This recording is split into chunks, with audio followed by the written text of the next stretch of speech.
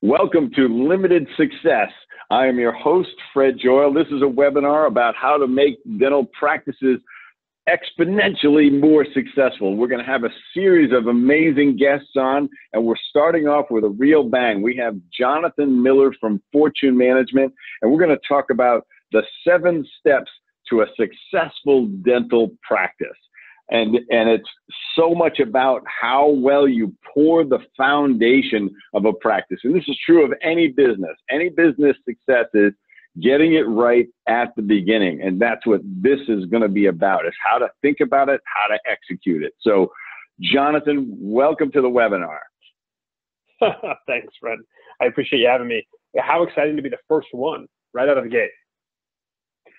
Well, your experience goes back into banking itself, where you helped many practices get the money to get started, and you watched a lot of times what they did wrong with that money, I think.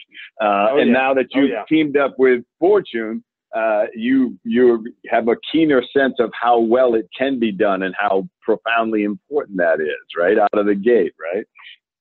Absolutely. So let's dive in. Start telling us how to get this done right. Perfect. Well, so what we did here is we decided to chunk this down into 7 steps.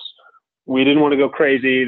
Quite honestly, Fred, we could do a webinar about the 85 steps or the 120 steps. We don't have enough time. And people don't care about that many steps. So we chunked it down into 7 overall steps for the successful dental career. These steps are applicable at startup phase, at 10-year phase, at 20-year phase, wherever it is. These are kind of more, you could call them the 7 principles of a successful dental career. I know that Ray Dalio is a very popular book these days, and his book titled Principles is ringing true with a lot of individuals. So you could easily quantify these as the principles of a successful dental career. So you want to dive right in? Yes, because it's critical. As you say, this is applicable everywhere. And so if you're adding a practice, if you're going to your second practice, or you're just trying to improve your practice, you want to look back and say, am I doing all of these things? Where am I falling short on those? But when you're starting, you really have to get these right, because there's the time limit on getting it right. And it carries all the way through the practice year after year. So well begun is half done is the expression. So jump in. Yeah, well, one of the things that I think is great that our CEO Bernie says is, he says we're a 30-year-old startup. So we'll be 30 years old at Fortune in 2020, which is really kind of crazy to think about. And he says we're a 30-year-old startup. And our approach to that is every single year when we sit down and put a plan together, we do it with the intention that, hey, if we were starting out, what would we do differently? And also, by the way, who is starting out that would want to upend us? And it doesn't mean that we're sitting around looking at competition all day. It just means, where are our weak spots? Where are the holes in our armor, so to speak? So the best thing that I have seen is you really, really need to get clear on what you want. Said differently, it's begin with the end in mind. So where I started was something that we call the ultimate success formula. It's been shortened to just be, these are the 5 keys. These are the 5 steps to getting what you want. And you'll notice that the very first one is know your outcome. And that isn't something that you should take lightly. That means you are laser focused on what it is that you want to get. And ideally, that's something that's quantifiable. In some cases, it's not always true. In some cases, you say, well, I just want to feel a heck of a lot better about walking into this place every day, because right now, I kind of hate walking into my practice every day. And maybe that's what your outcome is. And that's okay if it is. I would tell you that the more laser focused you are on that outcome, the better off you will be. And naturally, when things get tough, right, when it's hard to see the forest through the trees, so to speak, you need to get really connected with the second piece here, which is know your reasons why. There was a really good book written by Simon Sinek that we profiled last year, and it was called Find Your Why. The other one he wrote was Start with Why. The point is, we're not suggesting that, you need to ask why questions of your team and why questions of your patients.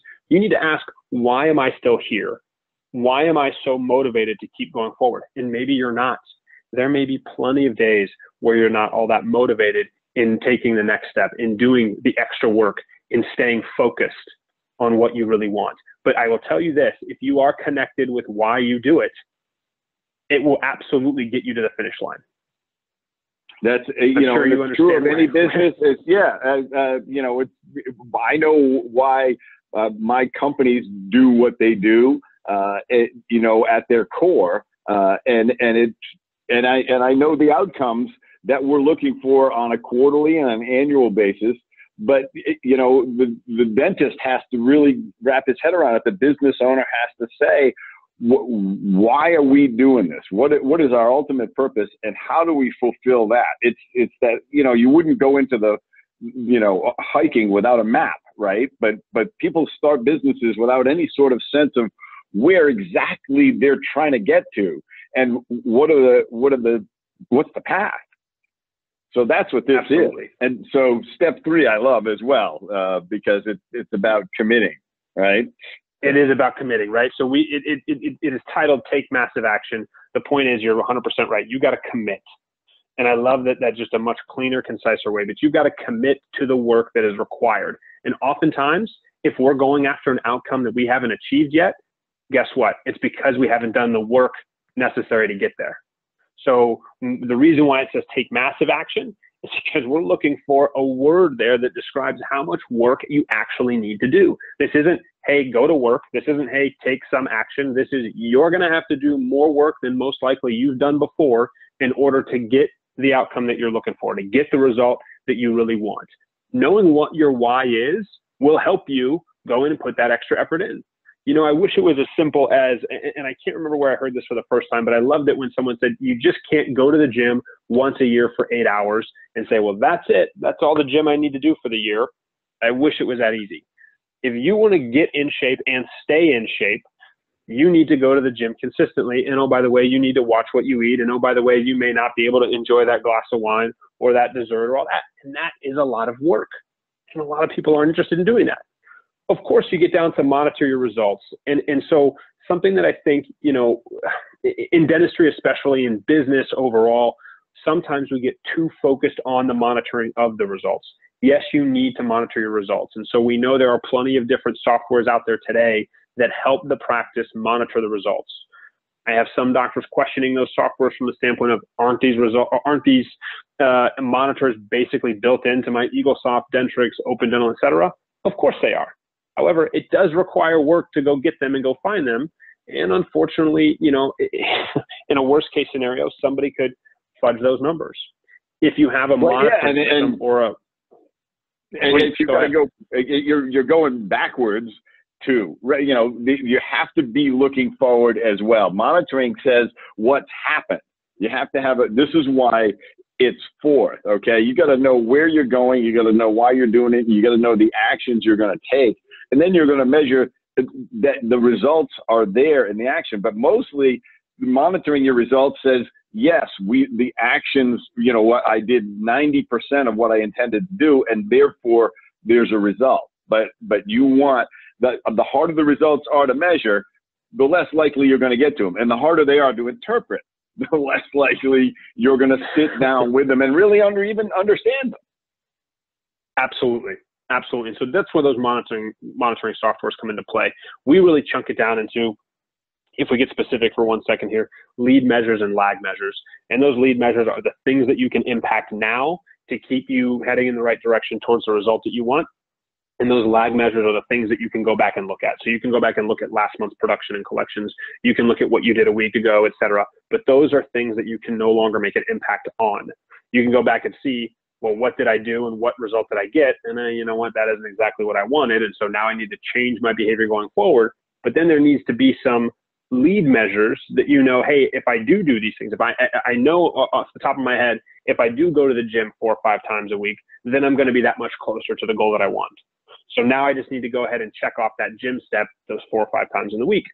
Naturally, you get to the end here, which is if you're doing 1 through 4, you know your outcome, you're laser focused on that, you've got your reason or reasons why, you're taking as much action as you're thinking, look, this is as much as one human being can do or as much as one practice team can do, and we're monitoring our results and we're still coming up short, then do not be afraid to change your approach.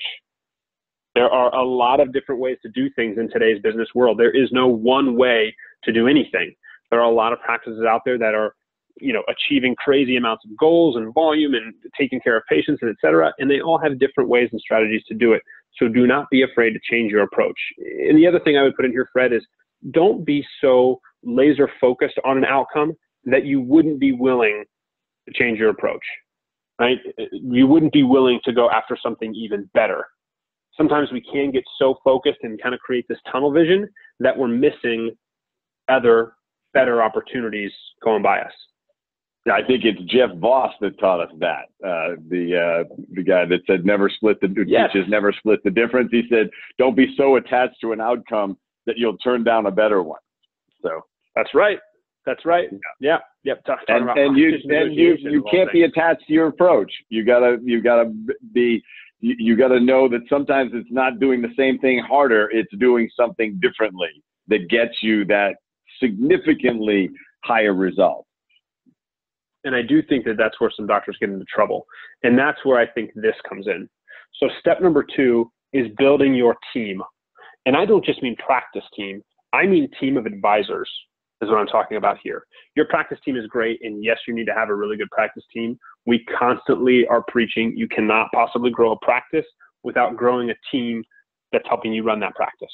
So, that I'm talking about, your hygienists and your assistants in your front office, et cetera, that team there, yes, you need to invest time and energy and effort into making sure they can perform at a very high level if that's what you want your office to be known for. At the same time, you need a team of advisors. And the reason why this is step 2 now, and maybe it wasn't a couple years ago, is because unfortunately today, Fred, I think some doctors' team of advisors is the Facebook group, is the message boards on Dentaltown. It's comical to you and I, but I'm afraid you're right. Thing for some people. Yeah, right. Business people and people that step back and look at this, we get a bit of a chuckle out of it. The unfortunate part of it is that you see a lot of people putting a lot of weight and a lot of stock into what Facebook groups are saying, into what Dentaltown message boards are saying. And it doesn't mean that those people are bad or even wrong in some cases. A lot of times those people have very good intentions. They just want to help. And for the most part, they are giving you a real experience that happened to them. And this is what they did. And this is the result that they got. And you go, wow, I'd like to get that same result too. What you're forgetting is that may have worked that one time in that one market with that one particular practice. And we certainly don't have enough information there to say, hey, this is a tried and true method. It's going to work the same way for everyone every time.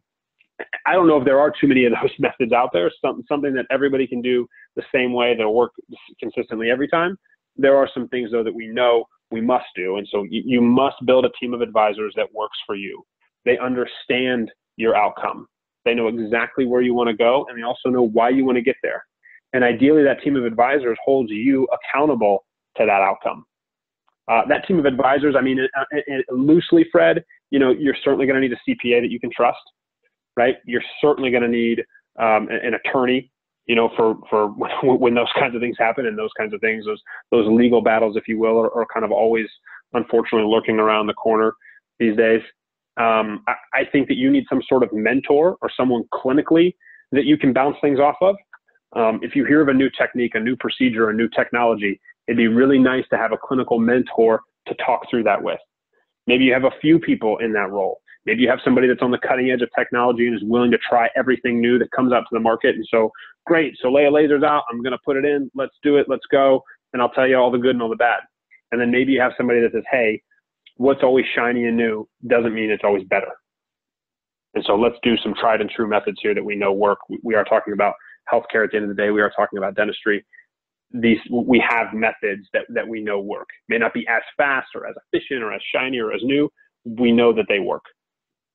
And, so you need a quarterback with all of that stuff too. And that's because you can't spend all your time as a dentist going, how do I find the right lawyer? How do I find the right real estate broker? I mean, the example of a real estate, a commercial real estate lease, it's the easiest way to get hammered with one clause, one sentence that you didn't understand was put there that suddenly means you can't sublease or something like that. You can't move or if you bring in a certain amount of investment, it triggers an upgrade of the lease or something.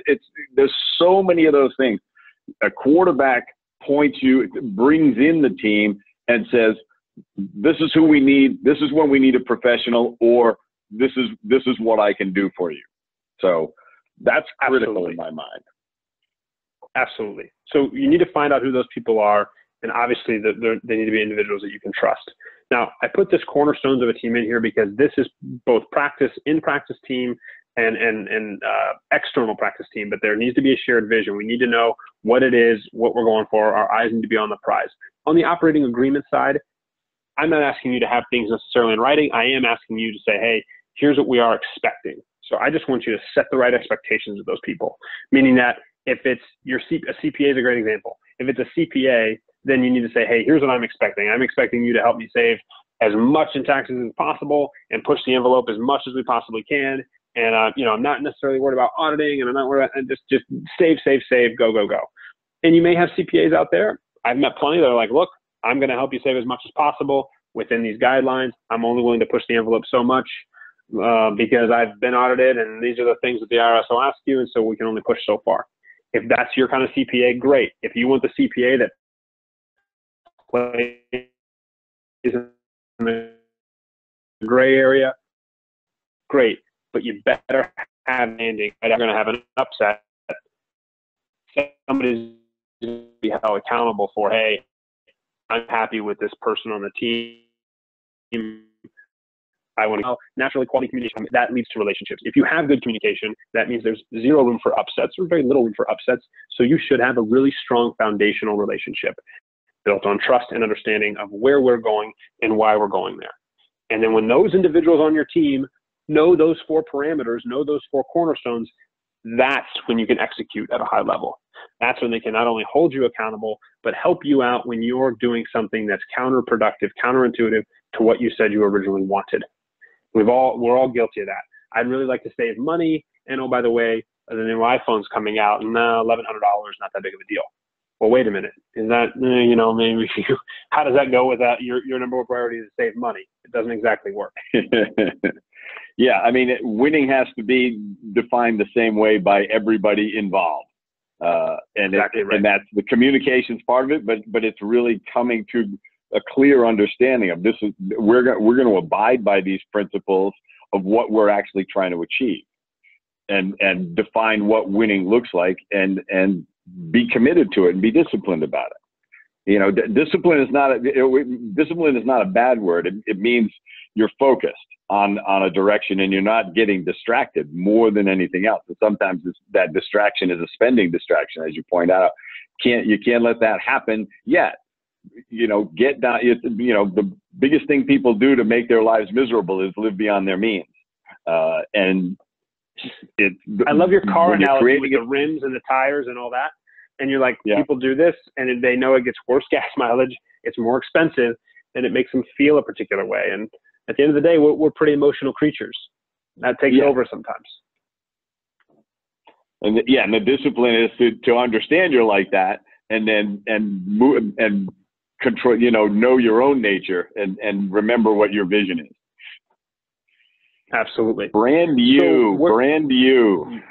Yeah. So what we're talking about here is the whole idea and concept of a brand has really, I think, gotten lost today, because we see so many brands kind of come up overnight, and we also see brands crashing overnight. I'm sure, I don't know how many people are familiar with the documentary with the girl who came up with the medical thing. Have you seen this yet, Fred? And it's a little blood sample, and she's going to cure the world, and then totally a facade, totally a farce, right? So we see brands built overnight, and we see brands crash overnight. I'm not talking about that. I'm not talking about your practice brand necessarily. I'm talking about what is your specific brand. People are going to label you, which is a different word for a brand. They're going to label you every opportunity they get. If you're a dentist that runs late, then you run late. And then, got to make extra time for this office because they always run late. Or I know I can show up late because Dr. Miller's always late. Okay, great. So now you're the late dentist. If your dentistry is a work of art, then people are going to say, well, the dentistry is a work of art. It's a little expensive, but at the same time, it's a work of art. Let's go with the work of art. You have a brand. You have a brand with patients. You have a brand with team members. You have a brand with banks. You have a brand with attorneys and CPAs, and you have a brand, and people will label you with that. I already told you that I'm not talking about the logo and the Starbucks and all that. That's not what I'm talking about. This is what I'm talking about. Your brand it's not the isn't name what of you the practice. say about you. It's not Happy Smiles Dental. That's not your brand. Your brand is how is this exactly? How they perceive you. That's right. It's who you are. It's who you be, right? It's how you behave. And so the hardest thing I think sometimes is for people to kind of remember the ultimate phrase, which is perception is reality. How someone perceives you is the story they're going to tell themselves and is their reality for you. So if somebody perceives you as successful and happy and all these things, that's what they're going to tell people. If they see you as slow and not a good dentist and whatever it is, and that's what they're going to believe too. So it is not necessarily what you're saying about yourself. It is absolutely what everyone says about you. It's what team members say about you. It's what other colleagues say about you. And of course, it's what patients say about you. That's what I mean by brand. So when it comes to personal brands, not only do you have one, your team has one, and that lends to what the brand is for the practice. I think personal branding is obviously important for the owner doctors. I think it's insanely important for associate doctors. I think it's super important for any doctors that are going down the path of partnership. What's your brand in the partnership? What do you bring to the table in that partnership? What is your strength? What is your weakness? And what is your partner's strength? And what is their weakness? You need to get really, really clear on what that is and understand how to leverage each other's strengths and obviously how to minimize and mitigate each other's weaknesses. So, you know what?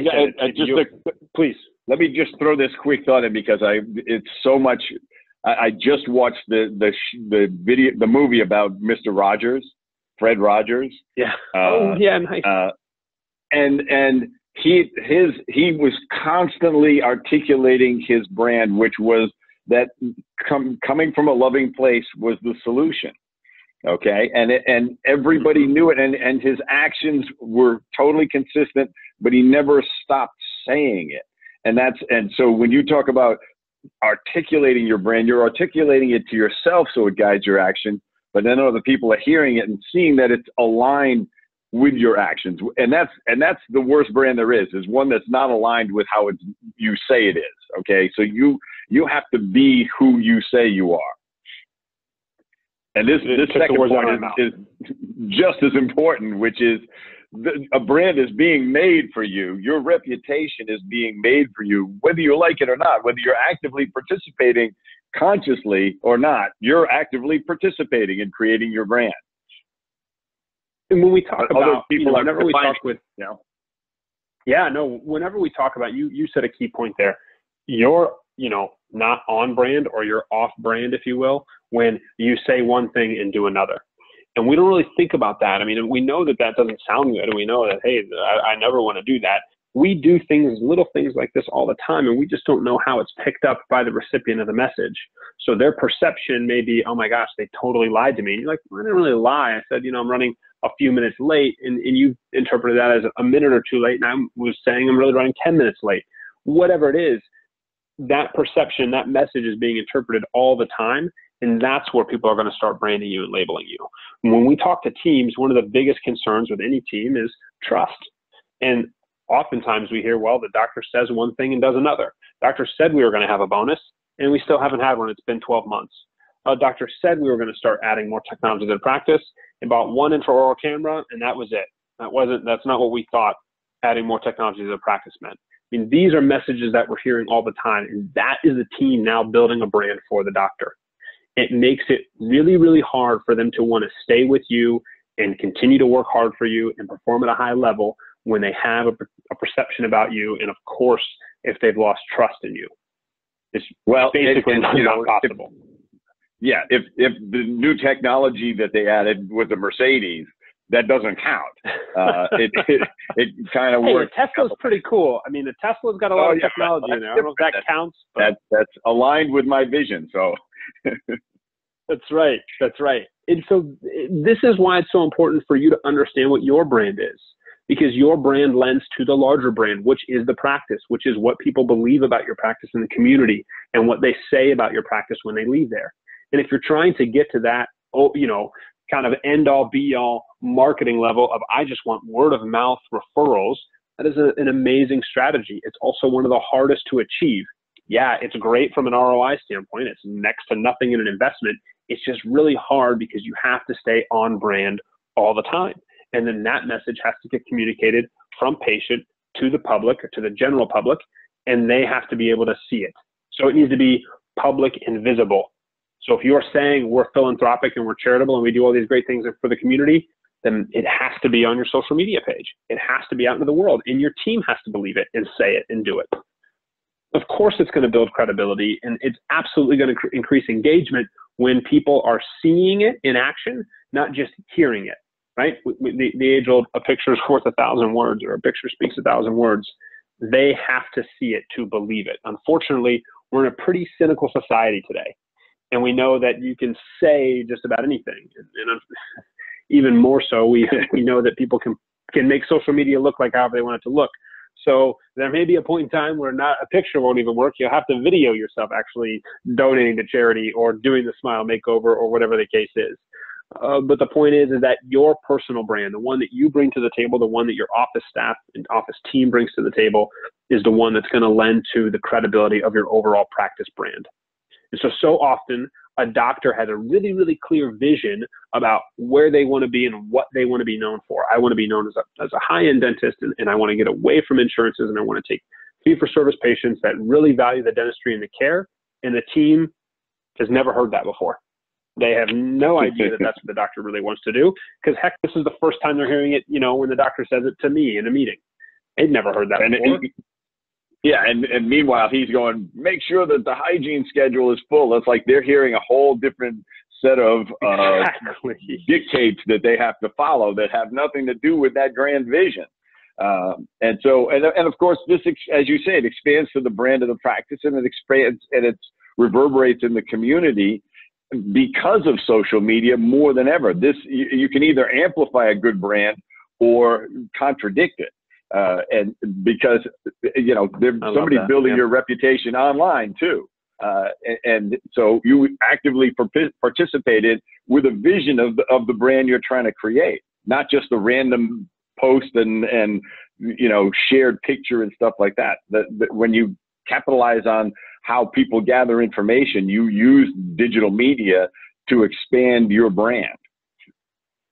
Fred, you've talked to a ton of dentists and even profiled for some of your books a lot of offices.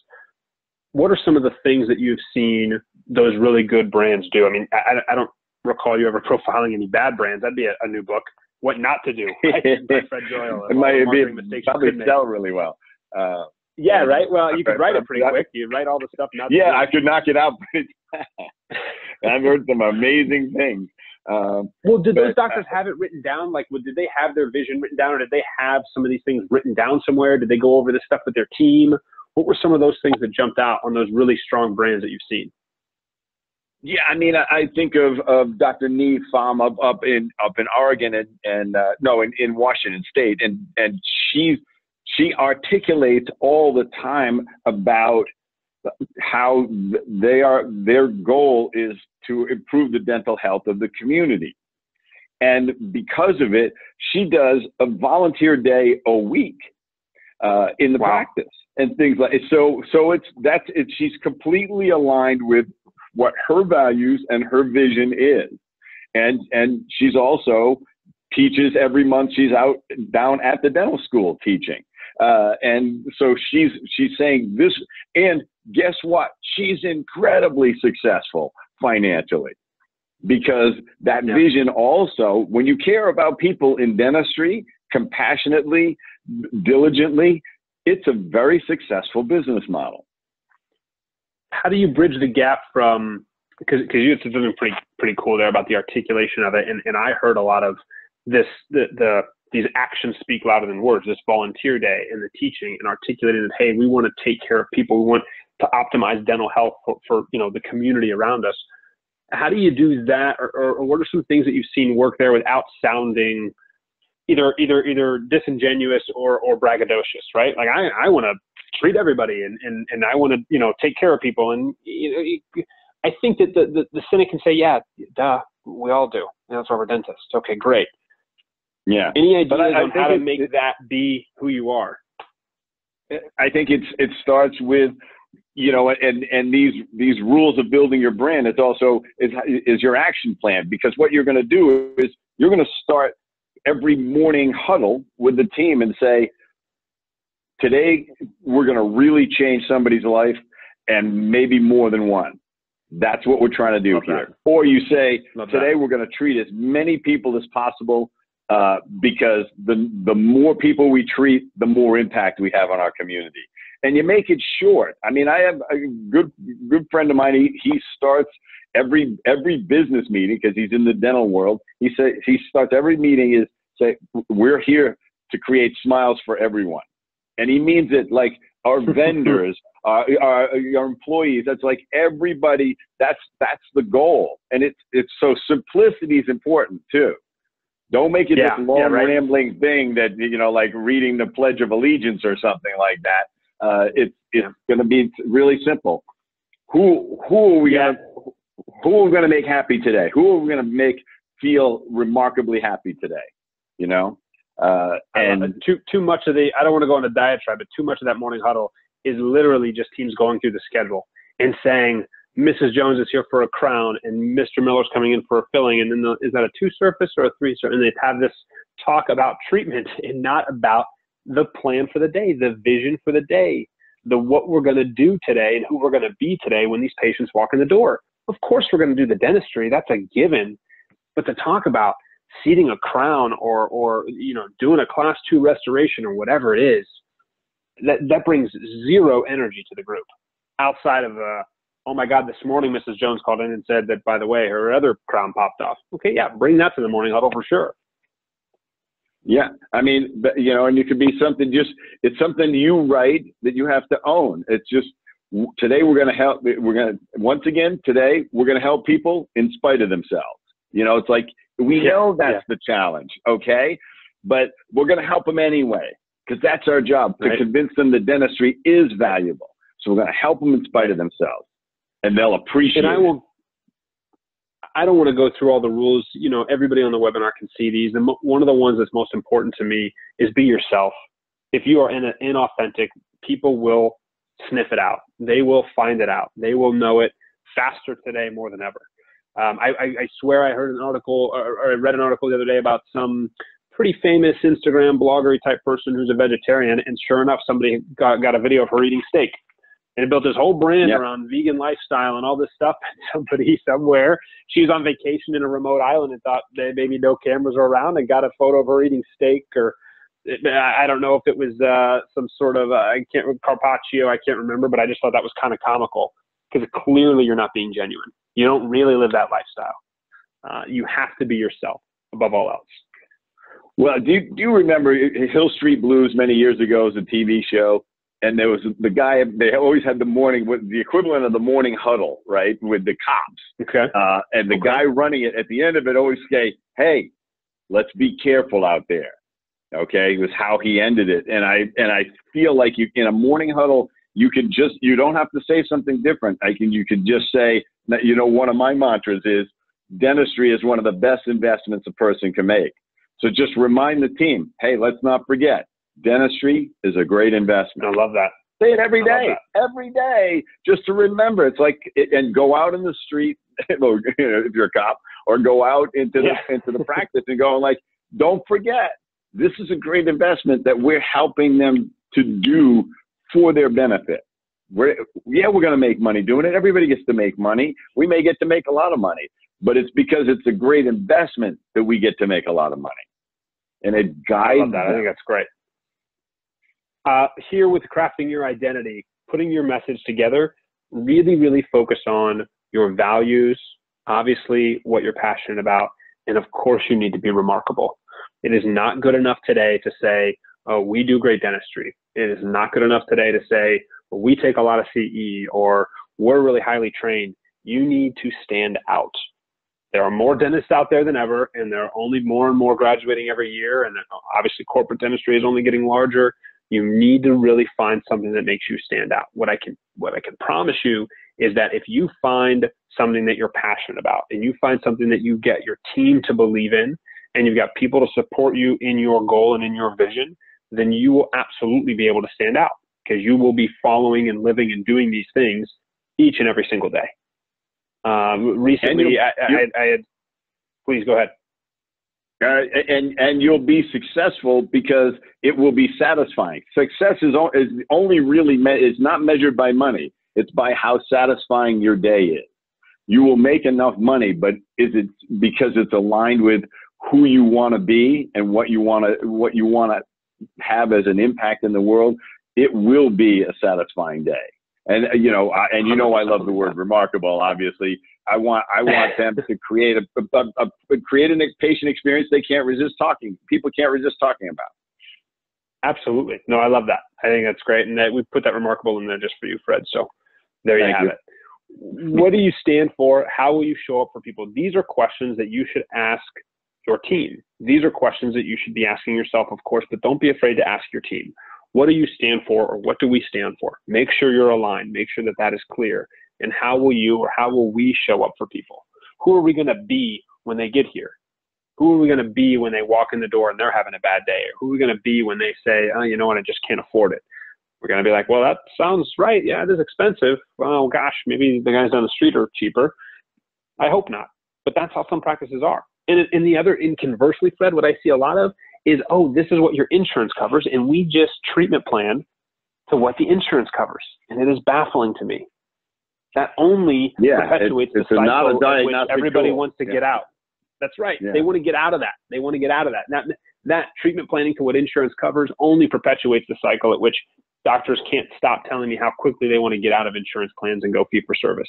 Then stop treatment planning to what insurance covers.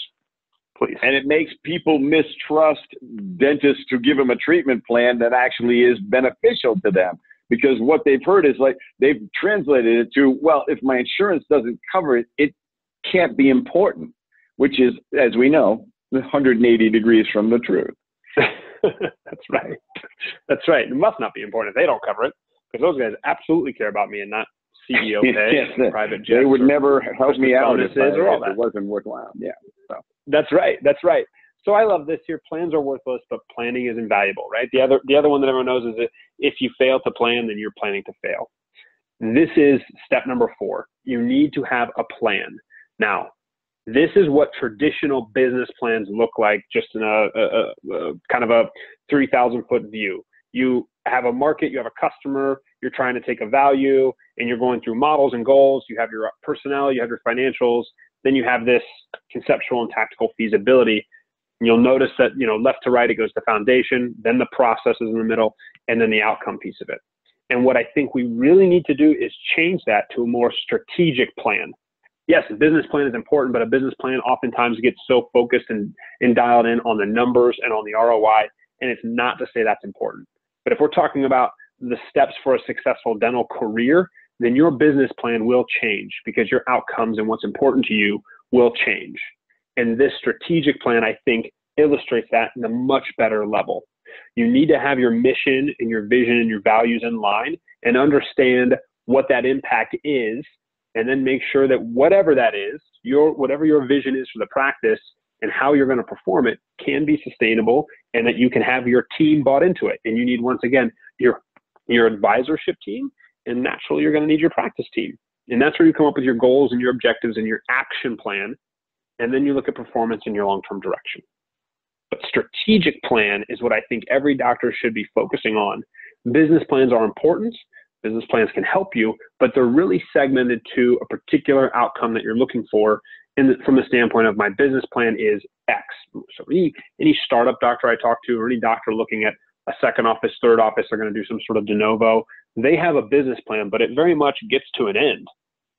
A strategic plan has no end. You have a long-term direction that you're heading towards. Really, I guess the end for anybody is when they sell their practice, but there are a lot of doctors out there that even when they sell it, they're going to stick around with dentistry. They're going to still do something. They're going to still find a way to give back. They're going to still find a way to be a value add in the healthcare community. So I would want anyone on this webinar to focus more on your strategic plan and what that looks like. Well, and that's what the advisors are for, in part, is to check in with you and say, is this still your strategy? Has your vision evolved? We've accomplished this? where do you want to go from here? Is this the plateau where you want to remain, and how long do you want to remain here? And are there any risks associated with that?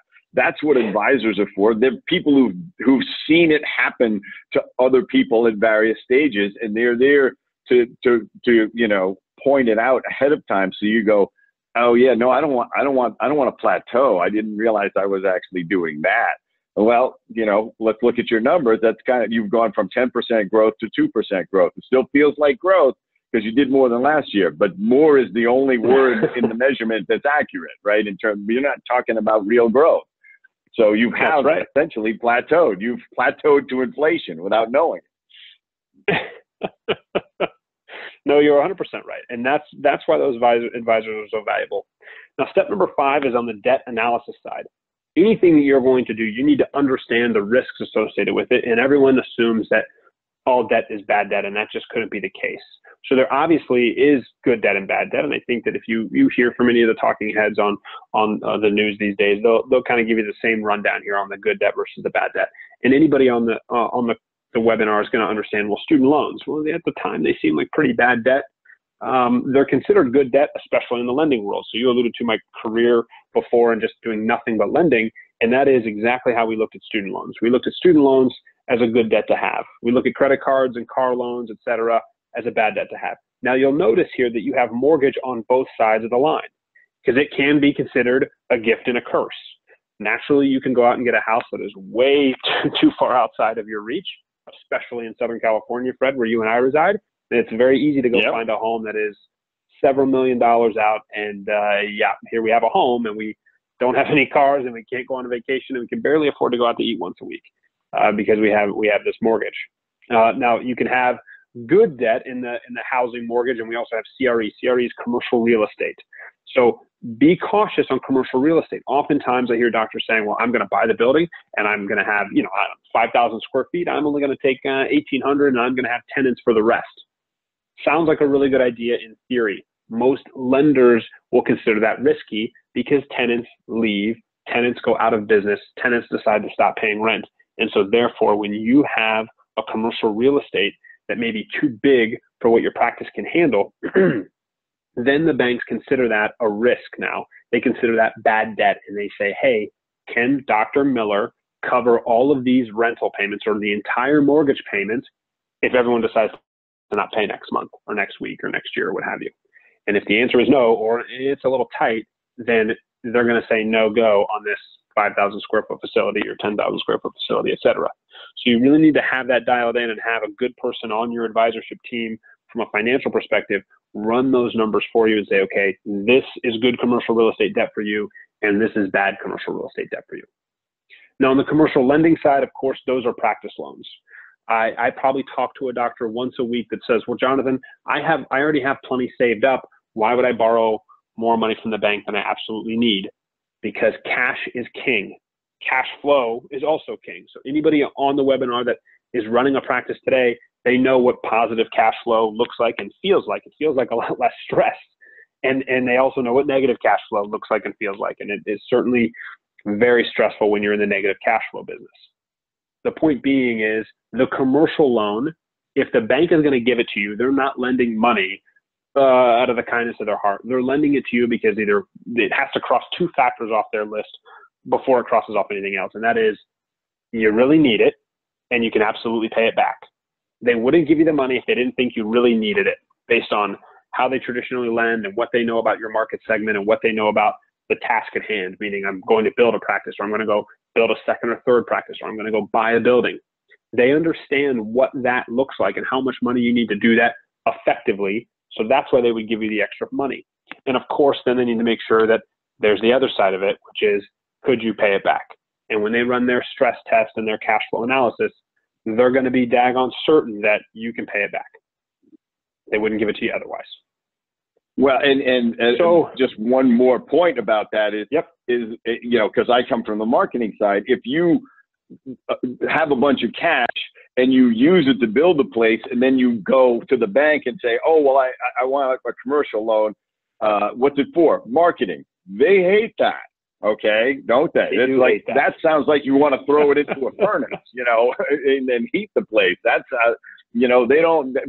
Banks are conservative. They're not comfortable lending on something like that. They want something tangible, unlike marketing. So you save your money for having some marketing money to invest and to gamble with and try things out, and to have some cushion in case suddenly you realize in this neighborhood by the 15th of December nobody goes to the dentist.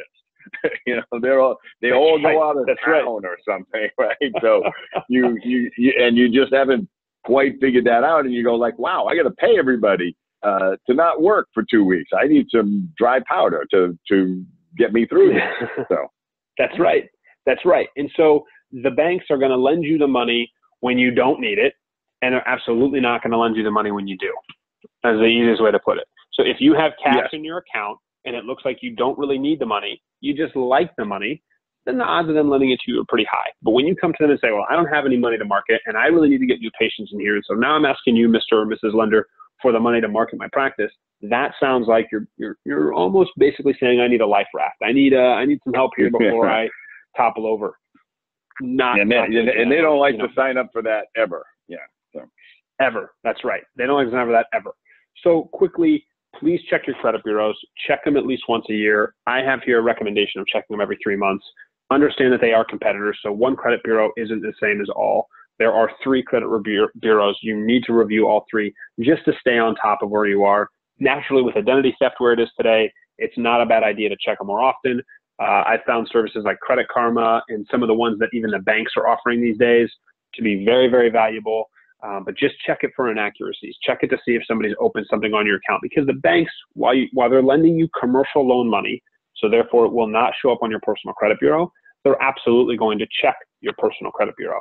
And if there's any discrepancies on there or any inaccuracies on there, more often than not, they don't give you the benefit of the doubt unless you have a lot of proof and a lot of verification that, oh, so-and-so's account was not really yours, and that's why it was charged off and liened and collections and all those things. You have to do a lot of extra work there to get through that. So the faster you can catch that, the better off you are. This is what that looks like. If you want to improve your credit score, understand that payment history is a component of it without question, but so is how much you owe. If you say, hey, you know what, I should have a perfect credit score because I pay my debts on time every time, except you have a $10,000 credit card and you're roughly running about $9,000 to $9,500 in balance on that card every month, your credit score is actually dropping every month. So you're making these payments and thinking, well, I've never missed a payment, but because your balance is so high compared to the limit that you have on that card to borrow, your credit score is actually dropping each and every month, as long as you keep that. And also, they're looking, if you get 5 credit cards with a $50,000 limit and a overdraft line of credit or something like that, or a equity line of credit with your bank, they're adding all of that up. It's the amount of money you can go out and spend or borrow next month. So that measures get measured too. So absolutely. And here's what's in your file. Very basic information, not a ton of stuff. So this is what the banks can see. Okay, so they can see some of these items here. They can in some cases see employment history if your employer does report. And then here's what's not in your file. So this stuff isn't in there. They can't see this stuff. So they can't necessarily see utilities. If they're current, they can see utilities or anything that's ever been sent to collections. Of course, they can't see if you're actually employed or not. They can't see any income related to your employment. They can't see any bank account information. Of course, they can't see race, religion. And what's interesting is they don't necessarily see credit score. They actually have to pay additional to see credit score through the traditional credit bureaus. When you pay for Credit Karma or something like that, they know what you really want to see as a credit score. The banks look at your credit score, but then they also look at everything else around your credit. Kind of look, if you just look at interest rates on a loan, or if you look at all the other fine print. Interest rate matters, but oftentimes that fine print has a lot to do with your loan and what you can do on the back end. If you rent, rental payments do not help your credit score. They don't help you go up, down, left, right. Naturally, if you get evicted and they want to report you to collections, then that could show up on your credit bureau as well. But rent payments, for anybody on the webinar that's saying, hey, well, does my rent payment matter? No, it doesn't matter. Pay your rent on time, please, and don't go to collections and don't get evicted. It just doesn't improve your credit score. And this is where they're at. What I will tell you is most lenders want to see 650 or above in order to play ball. anything 700 or above, you shouldn't have any issues kind of checking that box off their list, which is, hey, does this person have good enough credit to lend to? Check that box off the list, anything 700 or above. Notice that based on where your score is, you're considered bad, poor, average, or excellent. So 720 and above is considered excellent. Even though credit bureaus go up to 850, the threshold is most Americans today are not at a 720 or more. Most are somewhere between the 620 and the 680 mark. So here's what that distribution looks like. In 2015, which is the most recent data that we have, 695 was the average credit score. This is what it takes to get approved. You're going to need a personal financial statement, liquidity, etc. When you're filling out a personal financial statement and going through this process, please have one of your advisors help you out. Put on there what is necessary, and don't put on there some account that your grandmother has you listed as second or third trustee in line. Some of those things won't matter because they're not truly liquid assets. And so that confuses the lender. And then they're going to ask you a lot more questions. So make sure you have one of your advisors help you fill that out. Now, this is what banks consider: the credit, the collateral, and the character. When we're talking about your brand a few steps back, the banks are basically branding you here. They're saying, did you stay away from lavish purchases post-college? Do you always run a really high balance on a Nordstrom or Saks Fifth Avenue card, or whatever it is? They're looking at, do you live within your means or not? Do you have a retirement plan or not? Are you a homeowner or not? In some pockets of the country, homeownership is pretty easy, and they like to see that. In other pockets, homeownership is pretty hard, and it's not necessarily a good indicator of if you're a good borrower or not. And then, of course, they look at your credit. All right. So just one last note on retirement plans.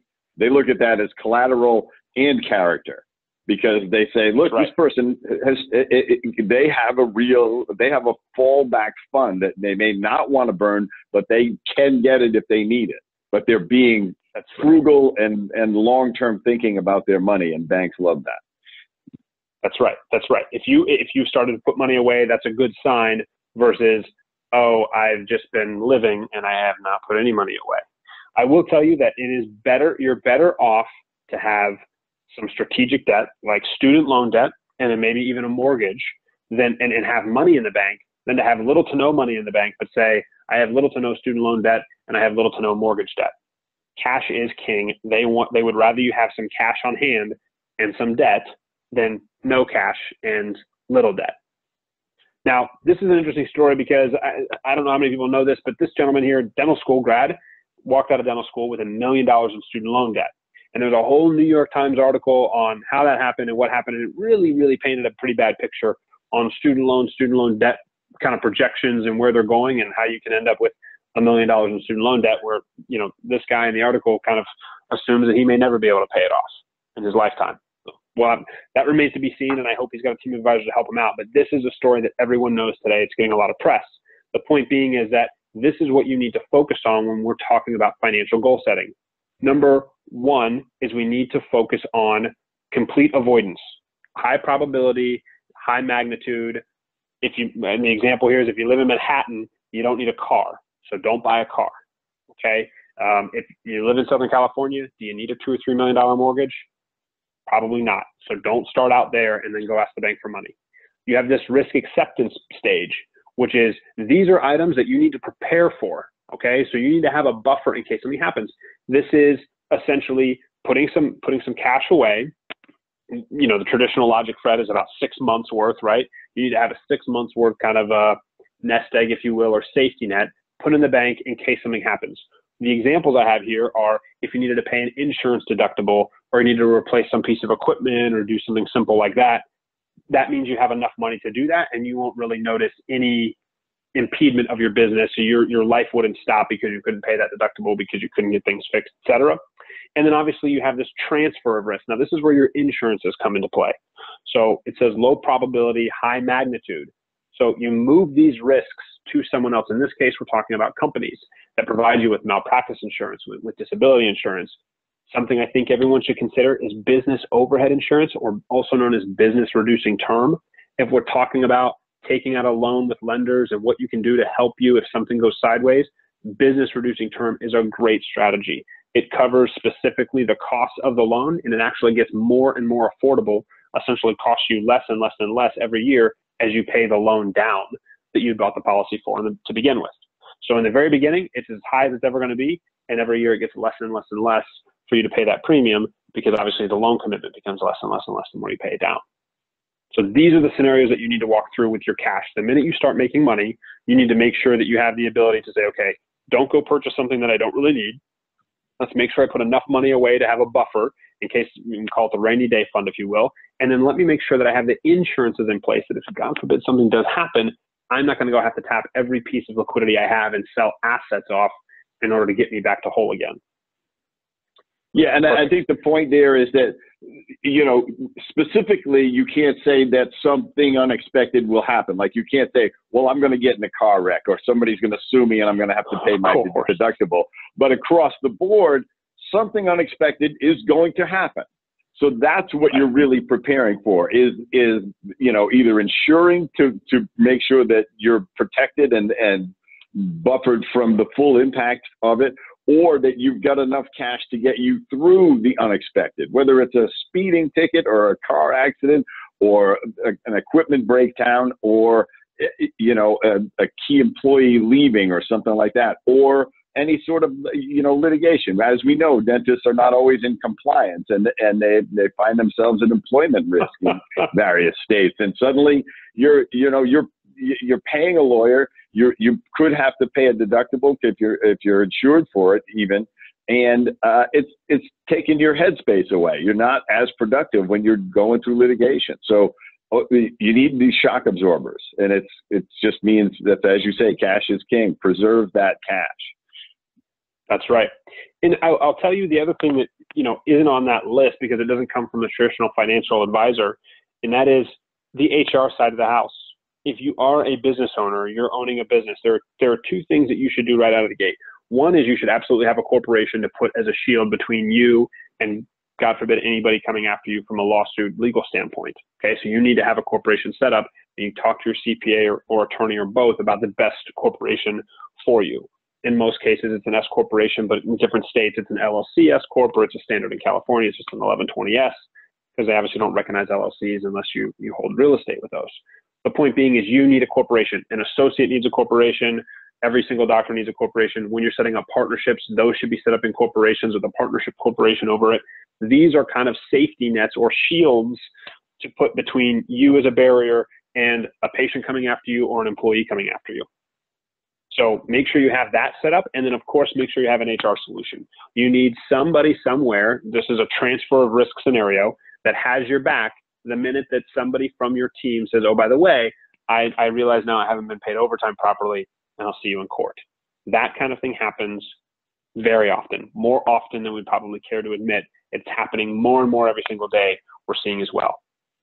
So one of the things that just happened, as you know, Fred, is that PDS came down and said, hey, everybody's got to be a W-2 employee. That happened because they lost in court, because Uncle Sam said, hey, you have all these private contractors running around, and they haven't paid their fair share in taxes.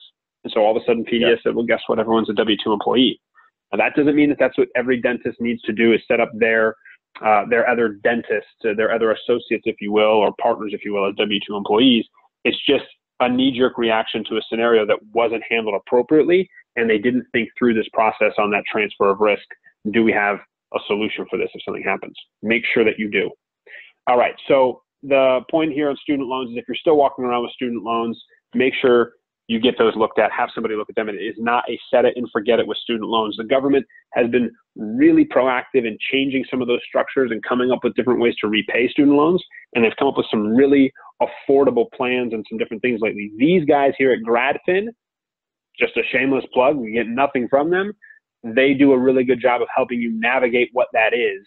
And they typically only work with financial advisors. So you need to ask your financial advisor first about how to get connected with someone at GradFin, because they can help you walk through that student loan debt scenario.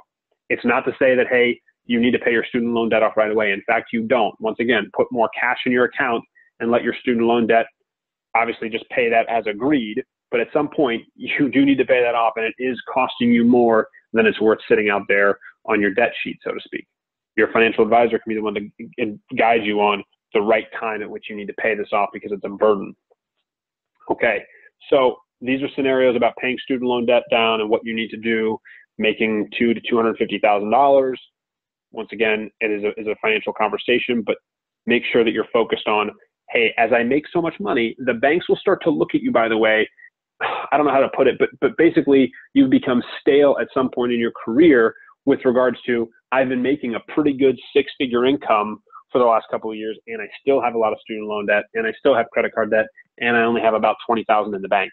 That doesn't paint a very good picture for them. So if you are thinking of doing something, whether it's multiple practices or starting practices or buying practices, you need to make sure that you have the financial sheet and personal financial statement to present to the banks that looks good. You can never start too early with regards to that, because if I talk to a doctor today and they want to do something by next year, we may need to start planning for that right now. But think about doctors selling, right? A lot of doctors say, oh, I'm ready to sell today. And they go out there and say, okay, let's sell. And then all of a sudden, someone looks at their tax return and they go, well, you've taken a loss the last couple of years. And I can't remember. I'm pretty sure the doctor in New York that kind of did this old wink, wink, nudge, nudge. And like, that's just on to pay Uncle Sam, right? I totally understand why you would show a loss. At the same time, if I'm the lender and I can't track A plus B equals C, then I can't lend you the money. I can't lend the person to buy your practice the money. So I need to know that this practice actually does make a profitability and have positive cash flow. And if every year you're taking a loss, even on paper, that doesn't paint a very good story as to why somebody should come in and buy your practice. And of course, it doesn't paint a very good story when someone is evaluating your practice either. Okay? The final step in the process, this is step number 7, do a SWOT analysis on anything that you're looking to do with regards to your business or as an individual in your career, where you're going to go. So SWOT analysis is strengths, weaknesses, opportunities, and threats. It's not good enough to just say, I'm going to list all the pros and cons. Okay? List out what the strengths of this decision and where this could take you. List out all the weaknesses that are a part of that journey. List out any opportunities that you haven't thought of. This is a very good exercise to go through with someone on your advisor team. Maybe there are things there that you've missed. Maybe there are weaknesses there that you haven't considered. Most of the time, I find opportunities that the doctor hasn't considered. And then, of course, there are going to be threats. You need to know what those threats are, and if you're able to handle them and overcome them easily, then that would point to, yes, this is a good decision for you. But this is a good decision. This is a good time. I recommend SWOT analysis on, I'm going to do a second or third location. I'm going to sell my practice. I'm going to buy multiple practices. I'm going to start a practice. It's a very good idea to do a SWOT analysis. It's something that you learn in business school, year 1. What a SWOT analysis is, how it helps you make sound business decisions, and all the steps to walk you through that. So that is the last and final step. It's a disciplined way of looking at what can go right and what can go wrong. It's really easy a lot of times to come up with what can go right, or sometimes you can look at, oh, these are the threats, but you don't look at the weaknesses. And so these categories are really important to isolate, because everybody has their own, I can find the strength of everything, and I can find the opportunities in anything, but I need somebody with me, a good advisor that says, okay, where could it go wrong? How could it go wrong? What could happen that needs to be possibly addressed down the line if we go along this line? If we build in this neighborhood, is a corporate entity going to come in and build a 7-day-a-week practice on the busiest corner 2 blocks away? Those you have to be prepared to. Yes, they are. The answer is most likely yes. If it's a good intersection, probably. And so this is, like you say, you got to take the time to think ahead of time and be realistic. It's easy to get this. This is how you prevent the emotional decisions. This is the counteraction to making an emotional decision. So I hope that this was really helpful for people to wrap their heads around about how you pour the foundation for a business as you launch it, but also as how you expand a business and improve on a business and see. I mean, the SWOT analysis is take everything that Jonathan put out to you in this whole webinar and say, what am I doing and not doing? Am I paying down my 3% loan and not paying down my 6% loan twice as much like I should be? Because of the difference in student loans. It's like, why am I making the minimum payment on both? I should be hammering the 6% one and minimizing the 3% because it's half. you know, but we, right. you know, sometimes we don't think those things through. And so critical to all of this, as Jonathan and I both pointed out, is get help. There are people that do this all the time. There are really good organizations like Fortitude Management that are there to advise you, that have helped thousands of dentists to navigate these waters safely and have access to those advisors, whether it's a commercial real estate broker or a lender or a CPA or an attorney or an HR consultant. All they know those things because they're out there in the world. It's very hard for an individual business owner to know who those people are. When I need a good attorney for a specific thing, I got to call all my friends and figure that out, and based on and know that they have experience in that. That's what advisors are for. You guarantee your success when you use a strong advisory team. You know, as Jonathan says, there are two teams. You want a remarkable dental practice team creating that great experience for your patients, but you need a remarkable advisory team as well, so you can navigate these waters. If I can add on an advisory team that you need on the exterior, make sure that they're asking you what's most important to you. Make sure they're asking you what your vision is and where do you see this going. That's, to me, one of the first steps in deciding if I am talking to someone who I want on my team or not. Because if they come to me with an agenda and I already know what you need, etc., I would, you know, shamelessly or selfishly accuse financial advisors of being this, right? They assume that everybody wants to make money. That would be like me assuming every dentist just wants to make money. I'm sure that every dentist wants to get paid well for doing good work, but that's not what every dentist's number one goal is to sit around and make a lot of profits. A lot of them want to take great care of people. A lot of them want to take great care of their team members and provide a good paying job in the community, et cetera. So when you're talking to anyone and you're considering them for your advisory team, make sure they take a real interest into what exactly it is that you want to do and where you want to go. If they're not taking that genuine interest, then I would probably cross them off your list.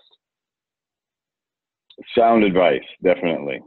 They have to be aligned with your vision, and they have to be curious about your vision, you know, and want to help you create something that realizes that. So, Jonathan, thank you very much. Thank you, man. I had a lot of fun. I appreciate you doing such a bang-up job in the first episode of Limitless Success, and look forward to seeing you out there. I think we're going to see ourselves soon in Southern California, of course. A couple of weeks. That's right.